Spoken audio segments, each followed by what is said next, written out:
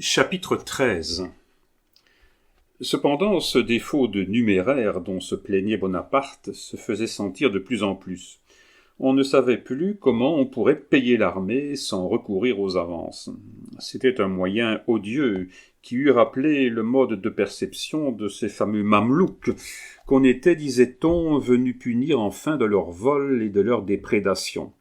Il était donc impossible d'y avoir recours. Dans cet embarras, Poussielgue, l'administrateur général des finances, proposa au général en chef d'établir le droit d'enregistrement sur toutes les concessions de propriété qui s'étaient faites depuis l'arrivée en Égypte ou qui se feraient à l'avenir. Toutes ces concessions étant temporaires et pouvant être retirées ou renouvelées selon le caprice du général en chef, la ressource était incalculable. Ce moyen fiscal, inconnu jusqu'alors en Orient, fut considéré comme une avanie déguisée, et portant préjudice aux grands concessionnaires turcs ou arabes, dont la plus grande partie habitait le Caire, il fit de cette capitale un centre de révolte. Un des premiers ordres donnés en arrivant au Caire avait été de surveiller les crieurs des mosquées. Ces crieurs sont dans l'habitude d'appeler 3 fois par jour les fidèles à la prière. Pendant quelque temps, on surveilla ces appels, et puis, peu à peu, on s'y habitua, et l'on négligea cette surveillance. Voyant cela, les muezzins substituèrent aux paroles consacrées des appels à la révolte.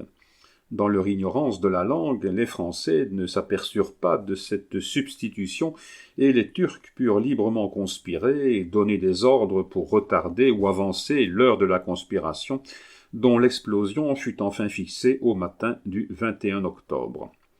Le 21 octobre, à 8 heures du matin, la conspiration éclata à la fois sur tous les points, depuis Sienne jusqu'à Alexandrie. Mon père était malade et encore couché lorsque d'Hermoncourt se précipita dans sa chambre en criant « Général, la ville est en pleine insurrection. Le général Dupuy vient d'être assassiné. À cheval, à cheval !» Mon père ne se fit pas répéter la nouvelle à 2 fois. Il connaissait la valeur du temps en pareille circonstance. Il sauta à peu près nu sur un cheval sans selle, prit son sabre et s'élança dans les rues du Caire à la tête de quelques officiers qu'il avait autour de lui. La nouvelle annoncée était vraie en tout point. Le commandant du Caire, le général Dupuy, venait d'être blessé mortellement sous l'aisselle d'un coup de lance qui lui avait coupé l'artère et dont l'avait frappé un Turc caché dans une cave. Bonaparte, disait-on, était à l'île de Rouda et ne pouvait entrer dans la ville. La maison du général Caffarelli avait été forcée et tous ceux qui s'y trouvaient mis à mort.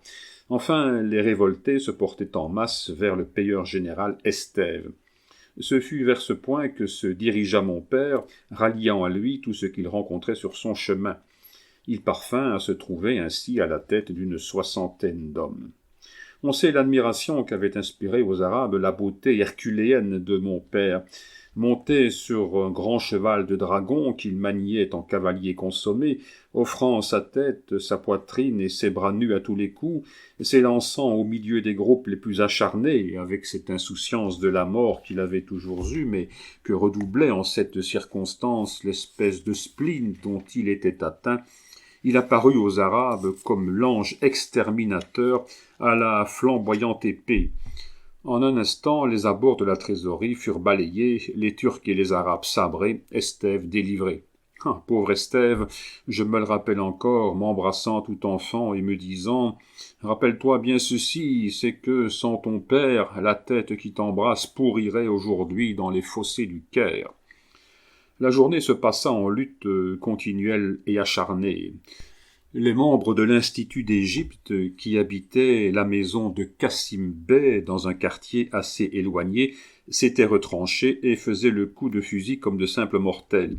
Ils se battirent toute la journée et ce ne fut que vers le soir que mon père parvint jusqu'à eux avec ses braves dragons et les délivra. Vers la même heure, on apprit qu'un convoi de malades appartenant à la division Renier et venant de Belbès avait été égorgé.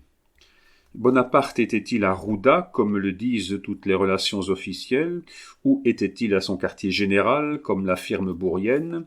Se présenta-t-il inutilement à la porte du Vieux-Caire, à la porte de l'Institut, et ne put-il rentrer vers 6 heures du soir que par la porte de Boulac, ou se trouva-t-il cerné dans son hôtel sans moyen d'action? C'est ce qui est resté dans l'obscurité. Mais ce qu'il y a de clair, de patent, de positif, c'est qu'on ne le vit nulle part dans cette première journée, et j'en appelle au souvenir des Égyptiens qui vivent encore, c'est que l'on vit mon père partout. Les premiers ordres donnés par Bonaparte eurent leur exécution vers 5 heures du soir. Le bruit du canon tonnant dans les rues principales, le bruit d'une batterie d'obusiers établie sur le Mokkan, le bruit du tonnerre, enfin, bruit si rare au Caire qu'il épouvanta les révoltés, annonça que la résistance, jusqu'alors partielle et pour ainsi dire instinctive, prenait de l'accroissement et surtout une direction. La nuit interrompit le combat. C'est un point de religion chez les Turcs de ne pas poursuivre la bataille pendant l'obscurité. Bonaparte profita de la nuit pour prendre toutes ses dispositions. Au lever du soleil, la révolte vivait encore, mais les révoltés étaient perdus. Bon nombre d'entre eux, et surtout les principaux chefs, s'étaient réfugiés dans la grande mosquée.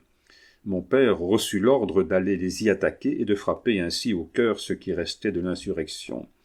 Les portes furent brisées à coups de canon, et mon père, lançant son cheval au grand galop, entra le premier dans la mosquée.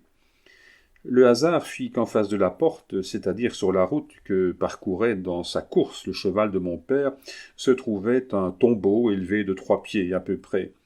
En rencontrant cet obstacle, le cheval s'arrêta court, se cabra, et, laissant retomber ses 2 pieds de devant sur le tombeau, demeura un instant immobile, les yeux sanglants et jetant la fumée par les naseaux. « L'ange, l'ange !» crièrent les Arabes. Leur résistance ne fut plus que la lutte du désespoir chez quelques-uns, mais chez la plupart la résignation du fatalisme. Les chefs crièrent « Aman, pardon !» Mon père alla rendre compte à Bonaparte de la prise de la mosquée. Celui-ci connaissait déjà les détails. Il reçut parfaitement mon père, avec lequel l'envoi du trésor avait commencé de le raccommoder. « Ah, bonjour Hercule, lui dit-il, c'est toi qui as terrassé l'hydre. » Et il lui tendit la main. « Messieurs, continua-t-il en se retournant vers ceux qui l'entouraient, je ferai faire un tableau de la prise de la grande mosquée. Ah, Dumas, vous avez déjà posé pour la figure principale. » Le tableau fut en effet commandé à Girodet, mais ce tableau, on se le rappelle, n'a pour figure principale qu'un grand hussard blond, sans nom et presque sans grade. C'est lui qui tint la place de mon père, qui, 8 jours après l'insurrection du Caire, calmé, se brouilla de nouveau avec Bonaparte, en insistant plus que jamais pour revenir en France.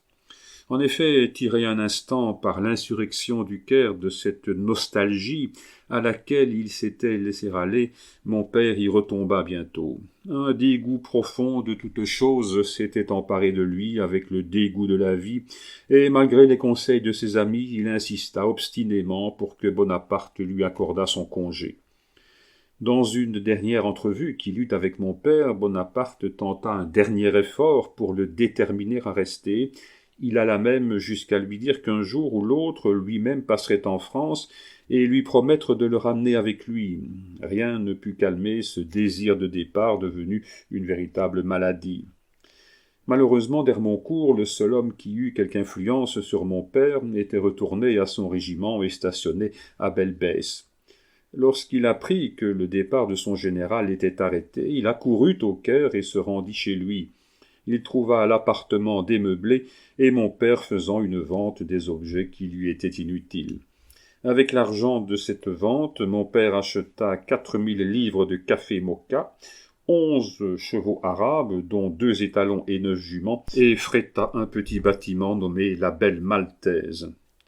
Le défaut de nouvelles, tout intercepté par les croisières anglaises, faisait qu'on ignorait complètement ce qui s'était passé en Europe. Disons, pour l'intelligence des faits qui vont suivre, un mot des événements de Rome et de Naples. Nous serons aussi succincts que possible. Ferdinand et Caroline régnaient à Naples. Caroline, seconde Marie-Antoinette, avait en haine les Français qui venaient de tuer sa sœur. C'était une femme ardente à toutes les passions de la haine et de l'amour, luxurieuse à la fois de plaisir et de sang. Ferdinand était un lazzarone, à peine savait-il lire, à peine savait-il écrire. Jamais il n'a connu d'autre langue que le patois napolitain. Il avait dans ce patois fait une petite variante au panem et circenses antique. Il disait « Les Napoléons se gouvernent avec 3 F, forza, festa, farina ».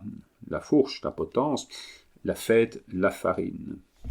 On comprend qu'un traité arraché par la terreur à de pareils souverains ne pouvait avoir son exécution que tant qu'il demeurerait sous l'empire de cette terreur. Cette terreur, c'était Bonaparte qui la leur avait particulièrement inspirée. Or, non seulement Bonaparte était en Égypte, mais encore on venait d'apprendre la nouvelle que la flotte française avait été détruite à Aboukir, et à la suite de cette destruction, on tenait Bonaparte pour perdu, l'armée française pour anéantie. Déjà au moment où l'escadre anglaise s'apprêtait à arrêter notre marche vers le but encore inconnu de notre expédition, la flotte anglaise, au mépris de nos traités avec Ferdinand, avait été reçue dans le port de Naples avec des démonstrations non équivoques de sympathie. Ce fut bien autre chose après la bataille d'Aboukir. À peine la flotte de Nelson eut-elle été signalée en vue de Naples, traînant à la remorque les débris de nos vaisseaux, que le roi, la reine, l'ambassadeur d'Angleterre Hamilton et la belle Emma Lyons, sa femme, s'embarquèrent sur des vaisseaux splendidement décorés et s'avancèrent à la rencontre du vainqueur. Oh, belle et fatale Emma Lyons, quel sera l'historien qui osera se faire le Tacite de votre vie? Quel sera le poète qui osera se faire le Juvénal de vos passions? Favorite de Caroline, maîtresse de Nelson, quel sera le bourreau qui osera additionner le chiffre de vos victimes? Toute cette splendide cour se rendit donc au devant de Nelson. Le roi pour lui offrir une épée, la reine pour lui offrir une maîtresse. Le soir, la ville fut illuminée et il y eut bal au palais. Nelson parut avec Ferdinand au balcon royal et l'on cria « Vive Ferdinand, vive Nelson !» Et tout cela se passait en face de notre ambassadeur Garat qui assistait à la chute de notre influence et à l'accroissement de l'influence anglaise. Aussi se plaignit-il, mais il lui fut répondu que la flotte anglaise n'avait été reçue dans le port de Naples qu'à la suite de la menace qu'avait faite l'amiral Nelson de bombarder la ville. La réponse était illusoire et cependant notre ambassadeur dut s'en contenter. C'est ainsi qu'on vit s'organiser une armée de 60 000 hommes, à la tête de laquelle on mit le général autrichien Mack, auquel ses défaites successives s'acquirent une certaine célébrité. Dès cette heure, la guerre contre la France fut résolue. L'armée napolitaine, sous le commandement du général autrichien, fut divisée en 3 camps. 22 000 soldats furent envoyés à San Germano, 16 000 occupèrent les Abruzzes, 8 000 campèrent dans la plaine de Sessa, 6 000 s'enfermèrent dans les murs de Gaète. 52 000 hommes s'apprêtaient aussi à envahir les États romains et à nous chasser de Rome que nous occupions. Cependant, quoique résolue, la guerre n'était pas encore déclarée. L'ambassadeur demanda une seconde fois au gouvernement de Naples compte de ce qui se passait. Le gouvernement répondit qu'il désirait plus que jamais la continuation des bonnes relations entre le gouvernement napolitain et le gouvernement français et que les soldats dont se préoccupait M. Garat n'étaient dans leurs camps respectifs que pour s'instruire. Mais quelques jours après, c'est-à-dire le 22 novembre, parut un manifeste dans lequel le roi Ferdinand rappelait les désordres révolutionnaires de la France, les changements politiques de l'Italie, le voisinage des ennemis de la monarchie et de la tranquillité générale, l'occupation de Malte, fief du royaume de Sicile, la fuite du pape et les périls de la religion. Puis, à la suite de cet exposé des griefs, il déclarait que, par ses nombreux et puissants motifs, il conduirait une armée dans les États romains afin de rendre à ce peuple son légitime souverain, le chef de la Sainte Église et le repos au peuple de son royaume. Il ajoutait que, ne déclarant la guerre à aucun monarque, il engageait les armées étrangères à ne point contrarier la marche des troupes napolitaines qui n'avaient d'autre but que de pacifier Rome et le territoire du Saint-Siège.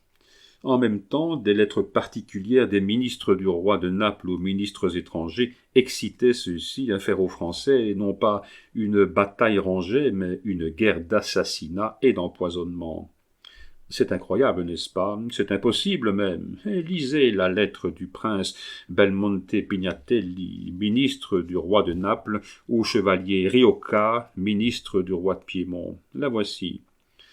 Nous savons que dans le conseil de votre roi, plusieurs ministres circonspects, pour ne pas dire timides, frémissent à l'idée du parjure et du meurtre, comme si le dernier traité d'alliance entre la France et la Sardaigne était un acte politique à respecter. N'a-t-il pas été dicté par la force oppressive du vainqueur? N'a-t-il pas été accepté sous l'empire de la nécessité? De pareils traités ne sont que des injustices du plus fort à l'égard de l'opprimé, qui, en les violant, s'en dédommage à la première occasion que lui offre la faveur de la fortune. Quoi, en présence de votre roi prisonnier dans sa capitale, entouré de baïonnettes ennemies, vous appelleriez parjure de ne point tenir les promesses arrachées par la nécessité, désapprouvées par la conscience? Vous appelleriez assassinat l'extermination de vos tyrans? Non, les bataillons français, pleins de confiance et de sécurité dans la paix, sont disséminés dans le Piémont. Excitez le patriotisme et la fureur, de sorte que tout Piémontais aspire à abattre à ses pieds un ennemi de la patrie. Les meurtres partiels profiteront plus au Piémont que des victoires remportées sur le champ de bataille, et jamais la postérité équitable ne donnera le nom de trahison à ces actes énergiques de tout un peuple qui passe sur les cadavres de ses oppresseurs pour reconquérir sa liberté. Nos braves napolitains, sous la conduite du brave général Mack, donneront les premiers le signal de mort contre l'ennemi des trônes et des peuples, et peut-être seront-ils déjà en marche quand cette lettre vous parviendra. Or, c'était aux mains d'un gouvernement qui écrivait de pareilles lettres que mon père, général républicain, quittant l'Égypte à cause de son dévouement à la République, qu'il voyait menacée par l'ambition de Bonaparte, allait tomber. Et dans quel moment ? Au moment où, battu de tous côtés par une poignée de Français, chassé de son royaume du continent, le chef de ce gouvernement était forcé de se retirer à Palerme avec ce cortège de haine, de colère et de vengeance qui accompagne les défaites et conseille aux vaincus les résolutions désespérées et fatales.